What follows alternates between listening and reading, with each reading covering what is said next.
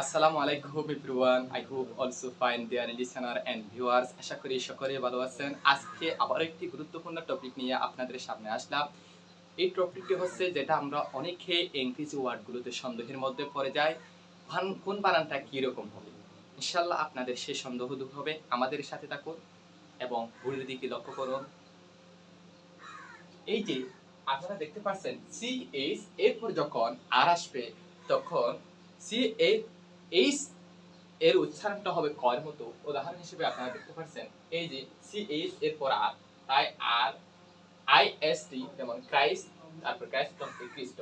তারপরে দেখতে পাচ্ছেন এই যে ক্রোমেটিক বর্ণীয়, তারপর দেখতে পাচ্ছেন ক্রোম, ক্রোম অর্থ হচ্ছে ক্রোমেনিয়াম, তারপর দেখতে পাচ্ছেন ক্রিসমাস, ক্রিসমাস অর্থ হচ্ছে খ্রিস্টানদের বড়দিন।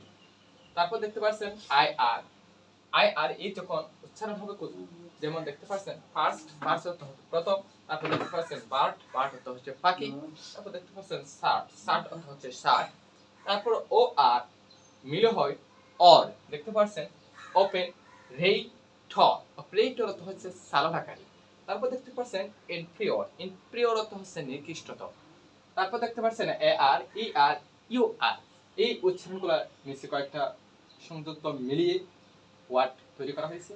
দেখতে পাচ্ছেন এই ওয়ার্ডগুলো ফার্মার, সামার, লটারি, গ্রামার, কাঠ অর্থ হচ্ছে তাস, তারপর দেখতে আরবান অর্থ হচ্ছে শহর, সারেন্ডার অর্থ হচ্ছে আত্মসমর্পণ, তারপর দেখতে পাচ্ছেন কমার্শিয়াল অর্থ হচ্ছে ব্যবসায়ী। তারপর আপনারা দেখেন ডি এর আগে উপরে যখন ভাওয়াল থাকবে তখন ডি এর উচ্চারণ হবে অন্তস্থ জ এবং বর্গীয় জ এর মতো।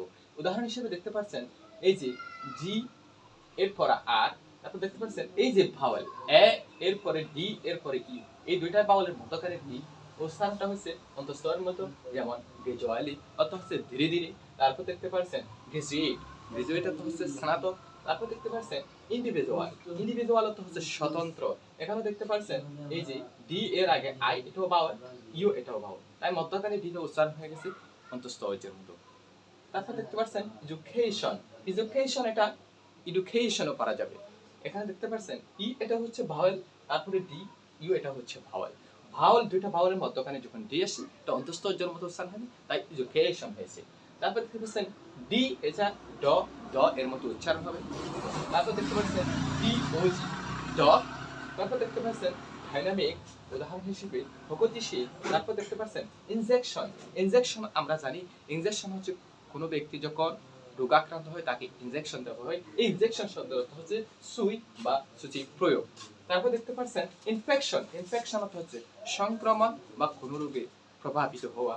তারপর দেখতে পাচ্ছেন রিজেকশন অর্থ হচ্ছে প্রত্যাখ্যান বা কেউ কোনো চাকরি থেকে ছেড়ে দেওয়াকে প্রত্যাখ্যান বা রিজেকশন বলা হয়।